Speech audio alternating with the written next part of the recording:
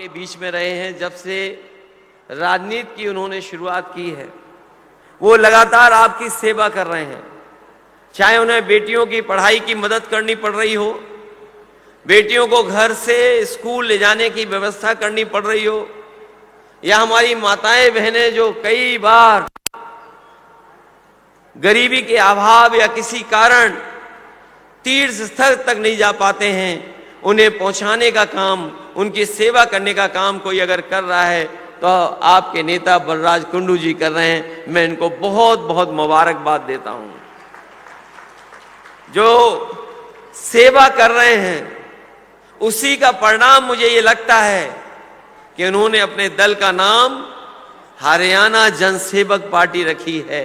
अगर आज वो सरकार में नहीं है, आज केवल विधायक हैं, अपने संसाधन से, अपने प्रयासों से अगर आपकी इतनी जनसेवा कर सकते हैं तो मुझे उम्मीद है कि अगर कभी आप उन्हें ताकत दे दोगे तो इससे ज्यादा कई गुना आपके दुख दर्द में वो काम आने वाले हैं, आपकी परेशानियों में वो आपके साथ खड़े दिखाई देंगे। एक नया दल बनना, उसके लिए मनोबल अपना बनाना, मैं उनको बधाई देता हूं। और मैं उनके साथियों से भी कहता हूं कि शुरुआत तो कहीं से करनी ही पड़ती है। हमने बड़े करीब से राजनीति देखी है और करीब से उतार चढ़ाव राजनीति के देखे हैं। जो दल आज बहुत ऊंचाई पर दिखते हैं, कभी वो भी बहुत छोटे दल थे। जो आज सत्ता में बैठे हैं दिल्ली की में, जिन्होंने उनका इतिहास पढ़ा होगा वो जानते होंगे, मामूली से 1, 2, 3 उनके कभी सांसद होते थे, आज वो ऊंचाई तक पहुंचे हैं। उधर आपने ये भी देखा होगा राजनीति में, जो कभी बरसों बरसों सरकार में रहे, लेकिन कभी कभी जनता का परिवर्तन देखिए आप। जो लोग बहुत बड़ी ऊंचाई तक रहे, बरसों सरकार में रहे, कोई हारने वाला नहीं होता था उनका, किसी को खड़ा कर देते थे, वो जीत जाते थे। लेकिन आज देखो जागरूकता और जनता में परिवर्तन ही आया है कि उनके लोग भी अपनी जमानतें नहीं बचा पा रहे हैं।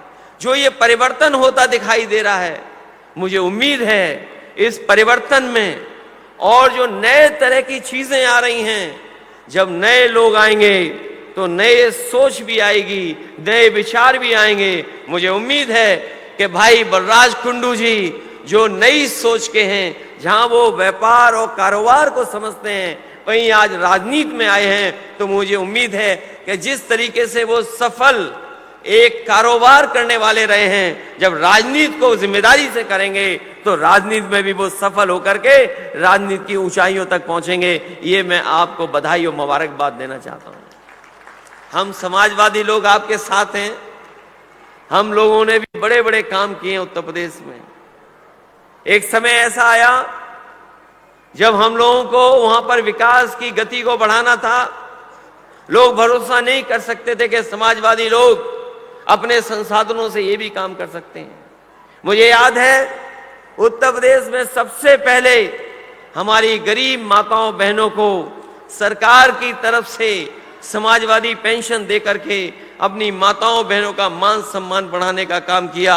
और उसका परिणाम ये हुआ कि जब उत्तर प्रदेश में ऐसी योजना चली है तो देश के दूसरे हिस्सों में भी माताओं बहनों के लेकर के समय समय पर सरकारों ने मदद की है। हमें उम्मीद है कि ये नई पार्टी जो बनने जा रही है, जहां पर वो पढ़ाई लिखाई, सड़क, स्वास्थ्य और सुविधाएं देने की बात करेगी, किसानों की मदद करने की बात करेगी, वहीं हमारी माताओं बहनों के लिए क्या प्राथमिकता पे हो सकता है, उनका स्वास्थ्य के लिए क्या काम हो सकता है, उनकी शिक्षा के लिए क्या काम हो सकता है। जब ये शिक्षित होंगी, इनका स्वास्थ्य बेहतर होगा, इनको मान सम्मान मिलेगा, तो न केवल इनका मान सम्मान बढ़ेगा बल्कि वो समाज भी आगे बढ़ेगा, वो दल भी आगे बढ़ेगा जो हमारी माताओं बहनों को सम्मान देने का काम करेगा। मैं सोचता हूं कि समाजवादियों की कौन सी बात मैं बताऊं जो एक इतिहास बन गई है और कोई भी सत्ता में सरकार आ जाए वो बदल नहीं सकता। मुझे याद है देश में नेताजी जब रक्षा मंत्री बने थे, उस समय ये व्यवस्था नहीं थी जो आज व्यवस्था है। हमारा जवान जब सीमा पर शहीद हो जाता था, उस जवान को उनके घर परिवार के लोगों के बीच में नहीं ले जाया जाता था। अंतिम दर्शन जो परिवार करना चाहता था वो नहीं कर पाता था। उसका पार्थिव शरीर उनके घर परिवार के बीच में सम्मान के साथ नहीं जाता था। कभी वर्दी, कभी मेडल, कभी कुछ सामान पहुंचा दिया जाता था, उसी से परिवार संतुष्ट हो जाता था।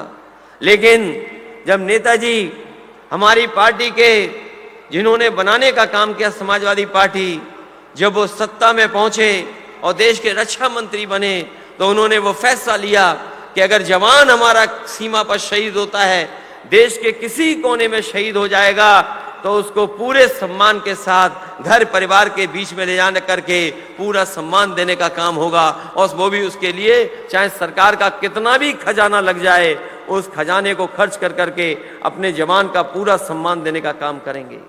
वो आज भी अगर आपके बीच में फौज के लोग होंगे या आर्मी में काम करते होंगे, अगर शहीद होता है जवान, तो वो जो सम्मान मिल रहा है वो किसी और की देन नहीं, नेताजी जो समाजवादी पार्टी को यहां तक लेकर के आए, उन्होंने देने का काम किया है। इसी तरह हम आपसे कहना चाहते हैं, आज जब हरियाणा के सबसे ज्यादा नौजवान हमारे भाग दौड़ करके, मेहनत कर करके अग्निवीर जैसी व्यवस्था को में शामिल हो रहे हैं, मैं उनसे कहना चाहता हूं कि जब कभी भी समाजवादियों को मौका मिलेगा सत्ता में, और हम आपको भरोसा दिला के जा रहे हैं, जब 24 में चुनाव होगा, समाजवादी पार्टी के घोषणा पत्र में सबसे पहली बात यही होगी कि अग्निवीर जैसी व्यवस्था को समाप्त करेंगे, और जो पहले व्यवस्था थी फौज की भर्ती, उसी तरह की फौज की भर्ती को लागू करने का काम हम समाजवादी लोग कराने का काम करेंगे। यही नहीं, हम आपको भरोसा दिलाते हैं कि जिस तरीके से पूरा देश आज जाति जनगणना चाहता है, और जाति जनगणना इसलिए चाहता है कि आजादी के इतने वर्षों के बाद भी हमारे पिछड़े और तमाम समाज के लोग हैं जिनकी गिनती नहीं हो पाई है, उन्हें मुख्य धारा में हम लोग नहीं ला पाए हैं। अभी भी देश की तमाम जातियां ऐसी हैं जिनकी कोई पहचान नहीं है। इसलिए जो आवाज उठी थी कभी उत्तर प्रदेश से, बिहार ने भी शुरू कर दिया है, हम जानते हैं हरियाणा के लोग भी चाहते होंगे, तो हम आपको भरोसा दिलाते हैं, आप बलराज कुंडू जी अगर चाहेंगे तो जिस तरीके से जाति जनगणना की आवाज हम लोगों ने उठाई है, आने वाले समय में लोकसभा के चुनाव के बाद पूरे देश में जाति जनगणना कराने का काम भी समाजवादी लोग उसमें मदद करेंगे, जिससे जातियों को अधिकार मिल सके, उनका मान सम्मान मिल सके।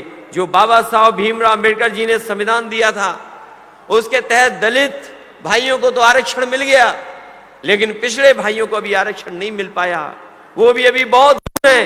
लेकिन हम आने वाले समय में इस लड़ाई को और आगे बढ़ाएंगे, और आबादी के हिसाब से हमारे पिछड़े भाइयों को भी हक सम्मान मिले, उसके लिए हम लोग लगातार काम करते रहेंगे। मैं आखिरी में इतना ही कहना चाहता हूं, यहाँ के किसान भाइयों को मैं बधाई दूंगा। यहाँ के किसान भाई और पंजाब और देश के जो किसान भाई जिन्होंने 3 काले कानून को लेकर के आंदोलन किया था और सरकार के सामने झुकने का काम नहीं किया, सरकार ने तमाम पाबंदियां लगाई, तमाम फोर्स का कड़ी से कड़ी कार्रवाई की, लेकिन हम अपने हरियाणा और पंजाब के और आपके बीच के किसान भाइयों को बधाई देंगे कि सरकार से झुके नहीं, उन्होंने आंदोलन चलाया। हमारे किसान भाई हजारों जिनकी जान चली गई, लेकिन उसके बावजूद भी आंदोलन नहीं छोड़ा और उस आंदोलन को सफल बनाने का काम किया। इसके लिए मैं किसान भाइयों को भी बधाई देता हूं।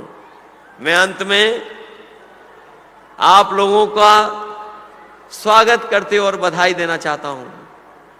एक नए दल की शुरुआत है, और नया दल जब बनता है तो नए लोग भी जुड़ते हैं, और नए दल का अगर नेतृत्व कोई युवा कर रहा होगा तो नए विचार भी आएंगे, और जब नए विचार आएंगे तो नई तरीके से तरक्की और खुशहाली आएगी।